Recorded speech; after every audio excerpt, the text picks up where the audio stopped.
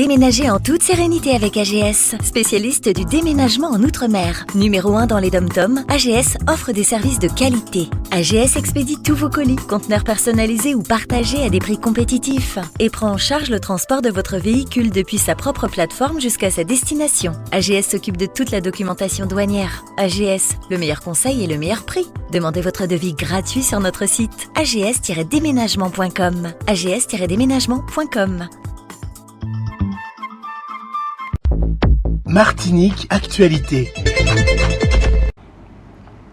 Les producteurs de bananes en Guadeloupe dénoncent la décision du gouvernement de transférer 2 millions d'euros du programme européen POSEI vers la diversification agricole en Martinique, ce qui entraîne pour eux une perte annuelle de 500 000 euros.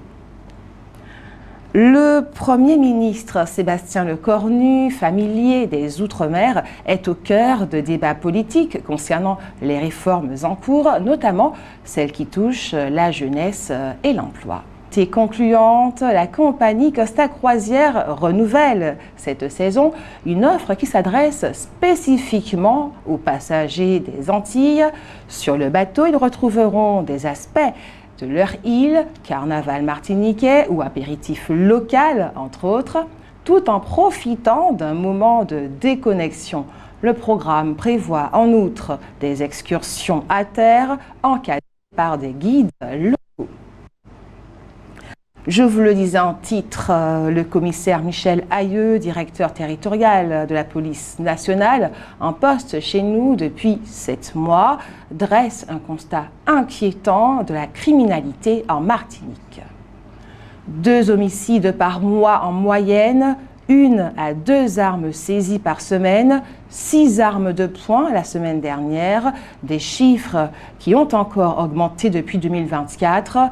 Les autorités savent désormais que les armes n'arrivent pas seulement en marge du trafic de stupéfiants. Il existe un véritable réseau d'importation d'armes de poing notamment, venues des États-Unis et du Brésil. La création de groupes d'enquête spécialisés dans le trafic d'armes aux Antilles a donc été annoncée par le ministère de l'Intérieur. Ils auront pour mission d'identifier les fournisseurs, les revendeurs et les acheteurs. Il faut savoir par ailleurs que les tribunaux condamnent à 2 ans d'emprisonnement ferme au minimum toute personne ayant une arme. Les services municipaux de Fort-de-France ont encore été paralysés aujourd'hui, vendredi 12. La caisse des écoles, la cuisine centrale et donc la restauration scolaire, la police municipale, le CCAS et les crèches étaient fermés. Les services de garderie également. Les syndicats dénoncent le retrait de la garantie individuelle du pouvoir d'achat pour l'année en cours. La réduction de la prise en charge des arrêts maladie, passée de 100% à 90% du traitement, ainsi que le manque criant d'effectifs dans certains services, générant des souffrances proprement martiniquaises.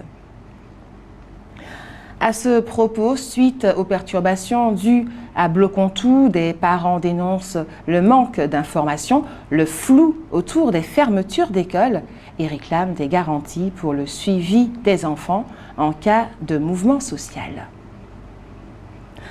Créée il y a 10 ans, l'Université de Guyane est devenue officiellement depuis le 8 septembre un établissement public à caractère scientifique, culturel et professionnel, EPSCP, ce qui met fin à son statut transitoire. 187 kg de cocaïne ont été saisis dans des valises prêtes à partir vers Paris lors d'une opération antidrogue à l'aéroport Aimé-Césaire le 6 septembre dernier. 6 personnes ont été interpellées.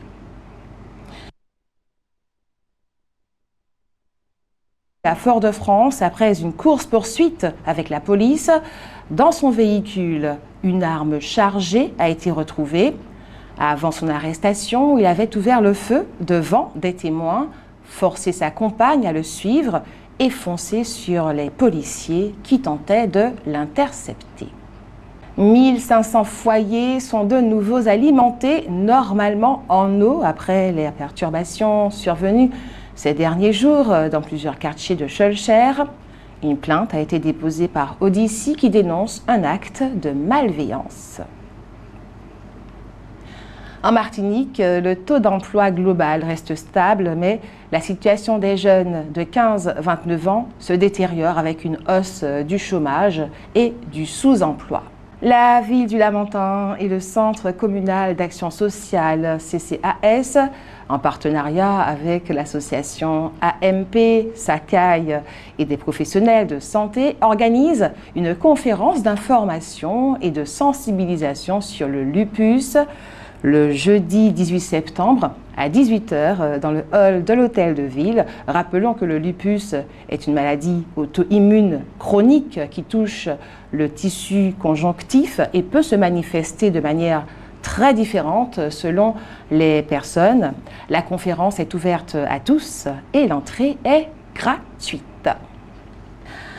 L'élection de Miss Martinique 2026 se tiendra ce samedi soir à 20h au Grand Carbet du parc Aimé Césaire.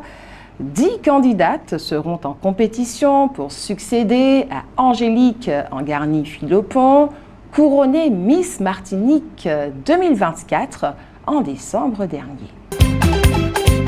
Au News Radio à site outremernews.fr. En radio avec Info Guadeloupe, Martinique, Guyane, Réunion, Mayotte et surtout musique pour tout le monde.